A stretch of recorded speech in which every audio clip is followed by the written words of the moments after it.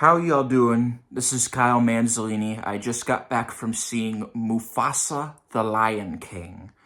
Now, going into the movie, I was pretty interested.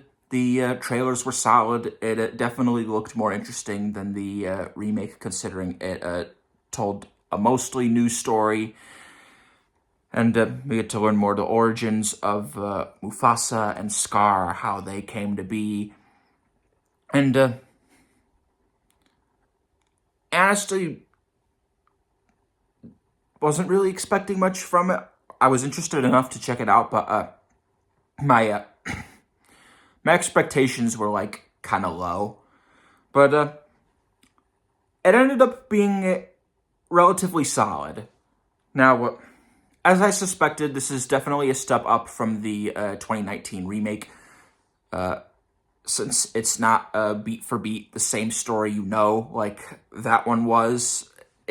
It's a mostly interesting story, learning more of putting the pieces together of how Mufasa came to be, how Scar, well, in this movie, Taka came to be. You know the reason. You know the reasoning behind that when you see it, and they were able to tell a pretty interesting story out of this, and they were able to neatly balance between the Mufasa origin story and because the whole thing of it is Rafiki is telling this story to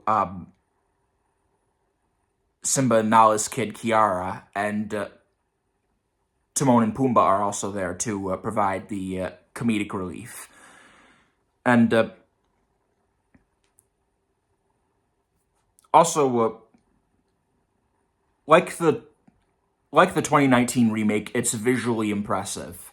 For the most part, you can't really tell that it was all made in a computer, because it looked convincing enough. Like this could actually, the locations looked real, but I did also like the improved effects of the animals, that they were able to make them more expressive this time, as opposed to the 2019 remake, where you couldn't really tell if they were happy or sad or all those stuff. But you do get that here, which is very nice. That whenever something happy is happening, that you're able to see smiles on their faces. Whenever it's something serious, they're you can see it in their faces. And yeah, I do like that the visuals mostly improved. But that's pretty much where my positives end. Um, the songs in the movie were fine. They were passable at best. Um, Now, don't get me wrong. I don't mind Lin-Manuel Miranda as a songwriter. I think he can make some pretty good music from time to time. But it's tough to hold a candle to the music of the original Lion King, because the music in that is just so iconic. And but here the songs were fine. There are like maybe one or two standout songs, but the rest were fine. They were suitable enough for the story that they were trying to tell. And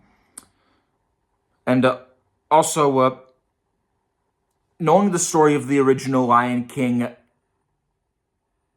kind of hurts your enjoyment of this movie, because while you start to put the pieces together, some elements do get predictable. But yeah, those are like the two like biggest issues with the movie. But for the most part, I had a decent enough time. It's a solid movie.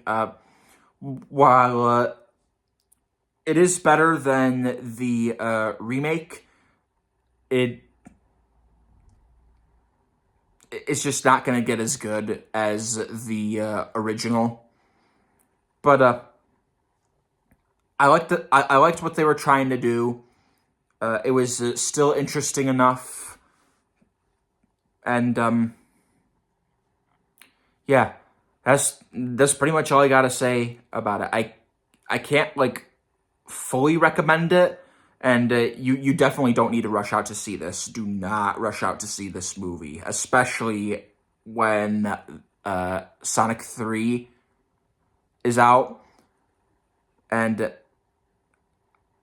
even though I'm seeing it in a few days, I'm very excited to see it in a few days. You're probably much better off seeing Sonic 3 than Mufasa. But if you do decide to see it, you'll you'll get a decent movie out of it. It, it, it's interesting enough that you'll still mostly enjoy it. So yeah, I don't want to make this too long. Those are my thoughts on Mufasa, the Lion King. It's fine. Like I said, you're better off seeing Sonic 3. Stay tuned for my Sonic 3 review, and I will see y'all in the next one. Peace.